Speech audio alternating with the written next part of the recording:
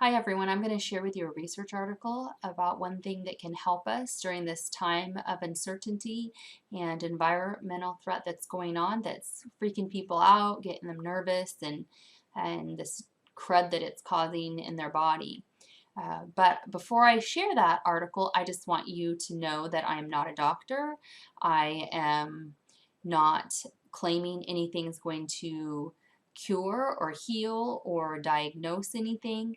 I'm just basically regurgitating information, and it's up to you to evaluate and do what you feel like you need to do, and always consult your physician and know that this is just research and doesn't mean that it's going to happen for you and your body. But I know what has helped us and what we feel good about, and what is working in our home. This is just simply one tool in our toolkit. And this is the research article here, and there's the website, the PubMed, that you can find it if you want to look at it yourself.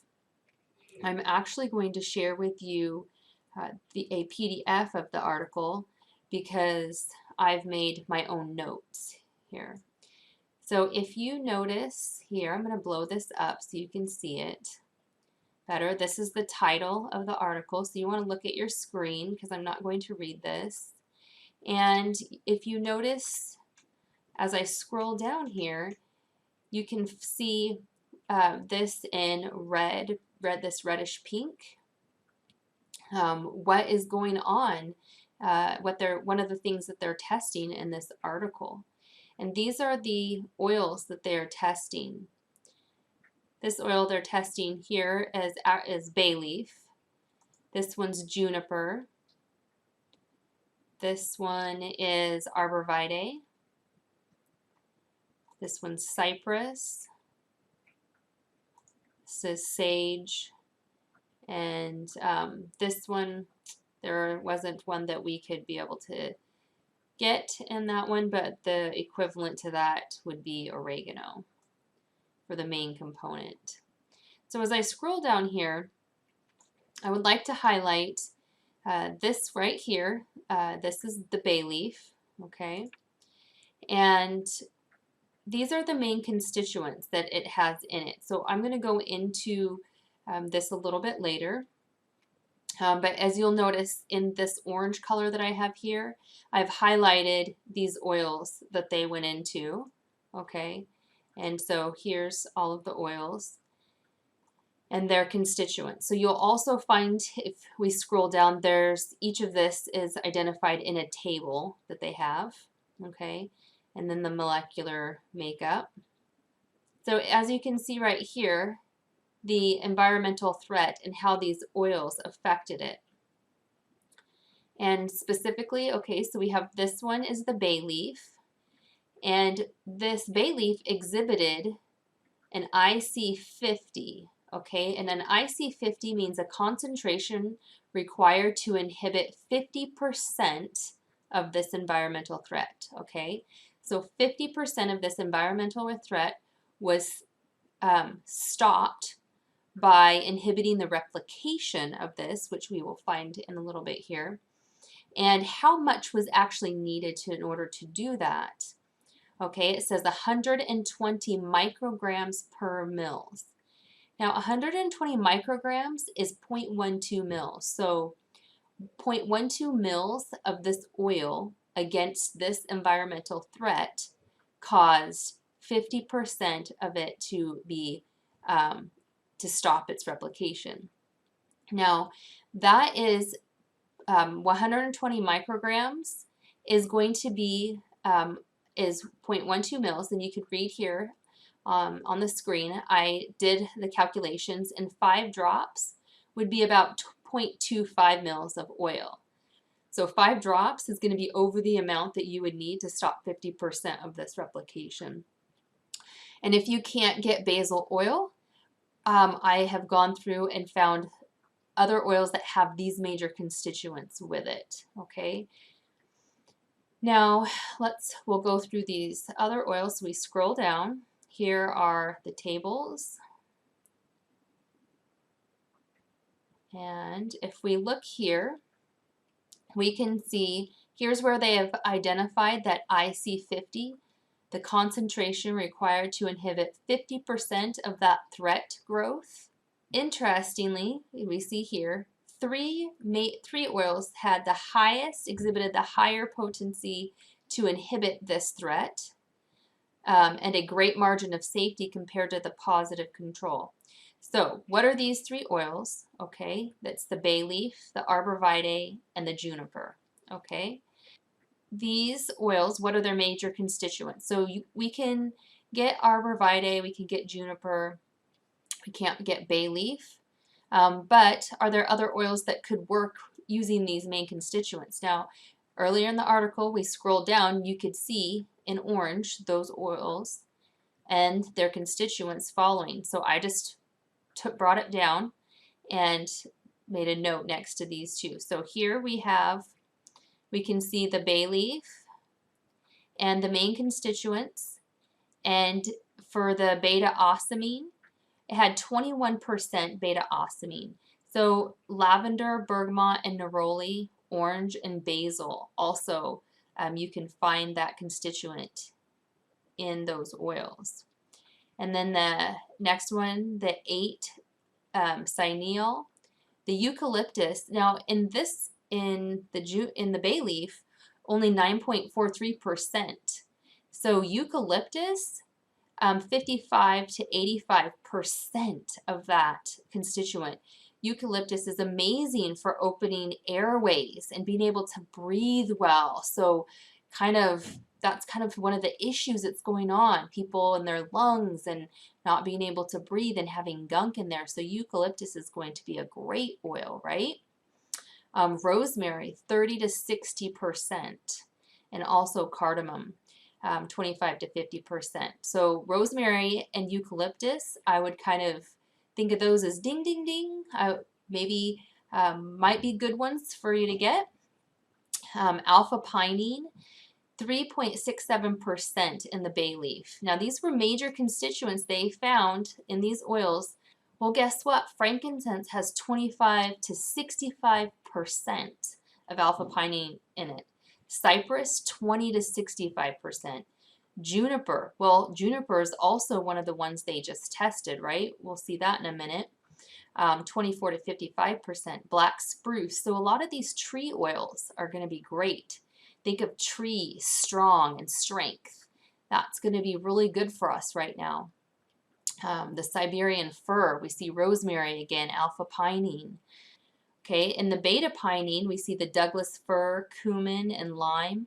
That only had, the beta pinene in the bay leaf only had 2.14%.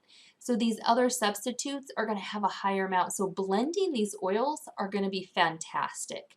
You're going to get a lot of really good constituents from the various oils because we don't, they're going to work synergistically together. So in the bold print, we see the arborvitae constituents. You can see there all of those. We already saw the alpha pinene, the carine, and the cedrol. Those are new, so you can see the list there. I'm just going to reiterate some of the ones that we've already seen. We saw some of those tree oils, right? The firs, the cypress, the Siberian fir. We also see the frankincense again there. So these are good ones. Cypress, good ones to utilize right now in this time to help decrease and that replication. And then we also see oregano. And then the last one that they have, the top 3 in here, is juniper. And we already saw the alpha pinene.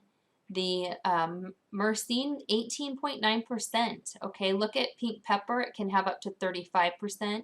Again, we saw juniper berry. Tangerine and wild orange have a little lower percentage there. Philandrine had 7.1%. We can see the pink pepper can have up to 35%. So that's a good one. And then the limonene, great for cleansing. I did a video on limonene. It's wonderful.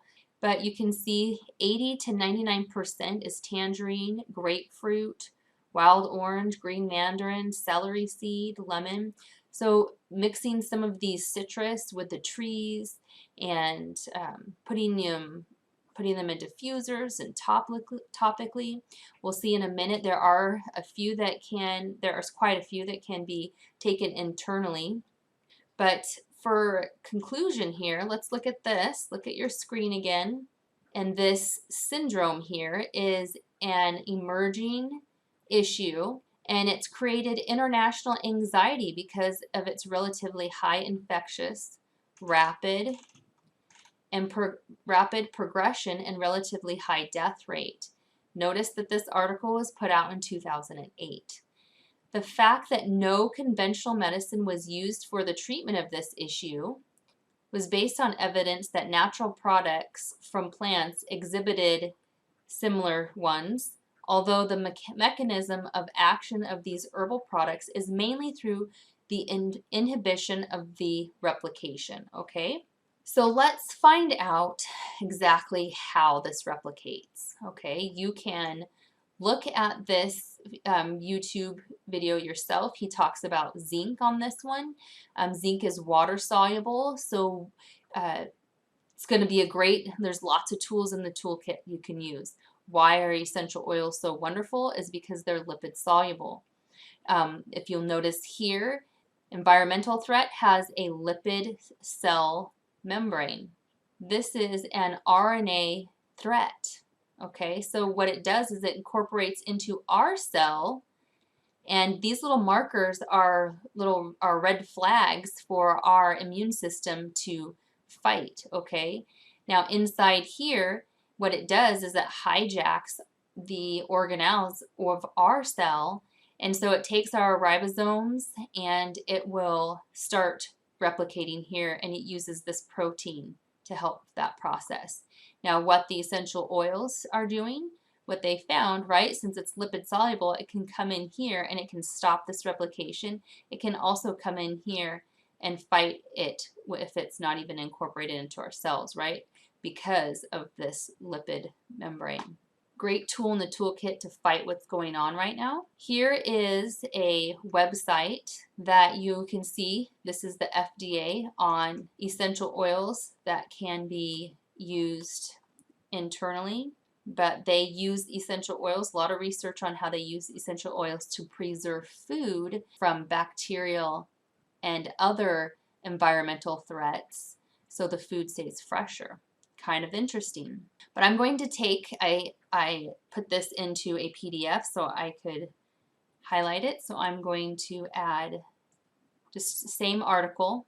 I'm just gonna look at the PDF here. So here you can see food for human consumption, and you can also see that it's natural extractives, including distillates. So you are going to get essential oils from distilling them. And you can see here a lot of essential oils, okay?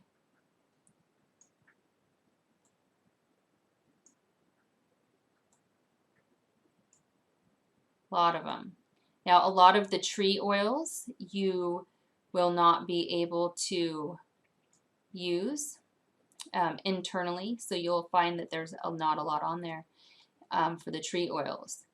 One of the things that I do want to emphasize is you want to make sure your oil is pure. You do not want to take oils internally if you don't know that they're 100% pure. If they don't say they can be taken internally, and the oils that I use actually have a nutrition facts on them. So go ahead and check out my video on purity, and that would be a good one to help you feel confident about what you're putting into your body. The last thing that I want to mention is just encouragement. I believe God has given us these tools to fight these things so that we don't have to be afraid, and we have the tools in our toolkit that He's provided for us.